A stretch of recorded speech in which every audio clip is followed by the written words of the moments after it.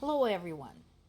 As European nations work already, as they have been actually for some time, to sort of Trump proof their international policies and their politics, there's going to be dissenters.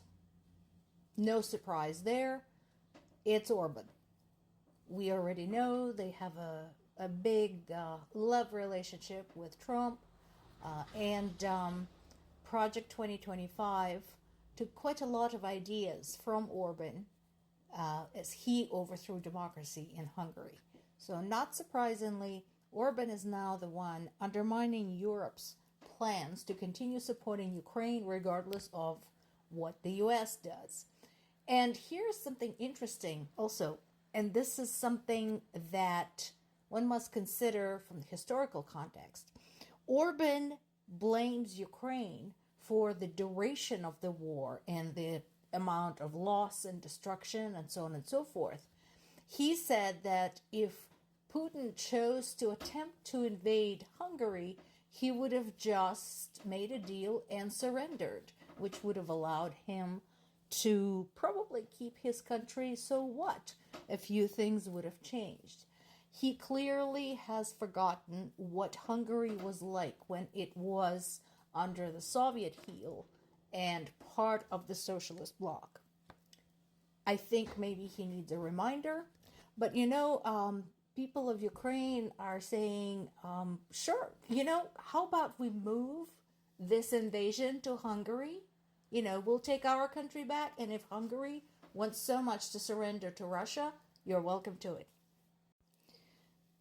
Meanwhile, not surprisingly, while Zelensky is trying to cozy up to Trump to avoid pissing him off, because Ukraine does heavily depend on the US when it comes to military aid, he agrees with those who say there's no way ending this war in 24 hours. It doesn't work like that. And you don't have to be a genius to figure that out. As we said before multiple times in these videos, all you have to do is look at Russia's history with its neighbors in general and with Ukraine specifically to understand this is complicated. You cannot just snap your fingers and wish it away. And so, again, even though I have no great fondness for Zelensky, I don't think he's a good wartime leader for Ukraine. I agree with him on this. I'm glad he at least understands this much, that saying we need a quick finish is not going to make for a quick finish. And when he talked to journalists in Budapest,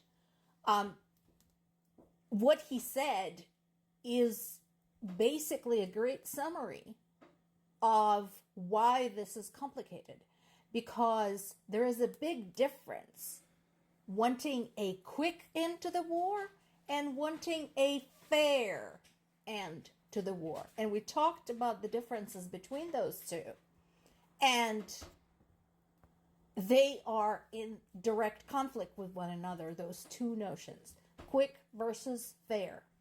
And Zelensky's right.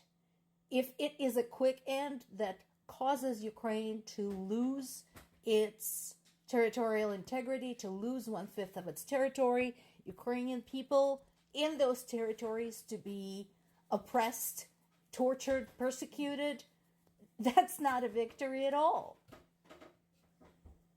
So, once again, I'm sure this conversation will continue going around and around.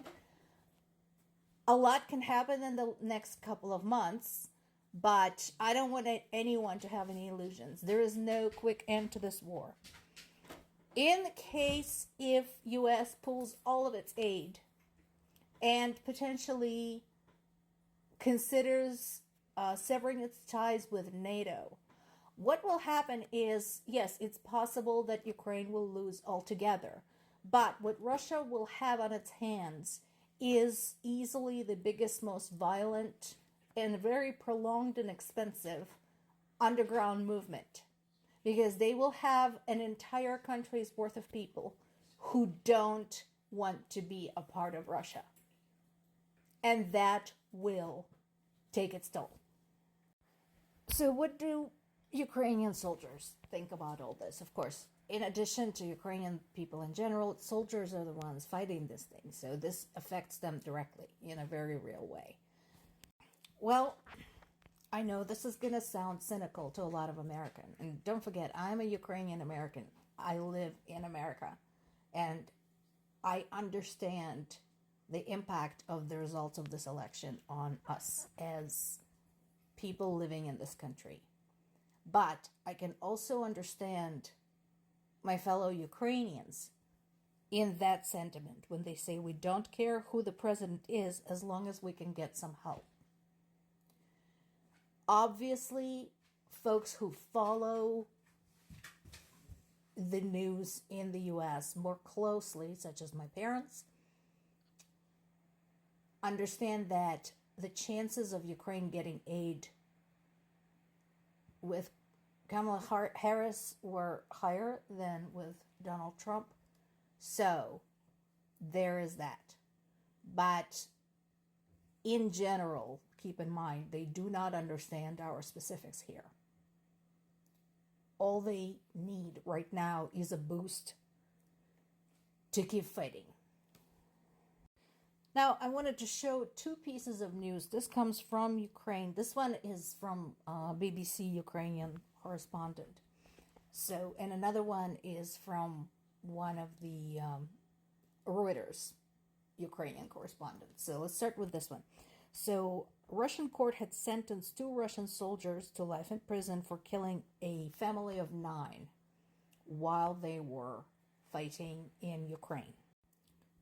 And the article talks about just a particularly horrific way how it happens, because at the time they were celebrating the birthday of one of the family members when these 2 guys came barging in and killed everybody.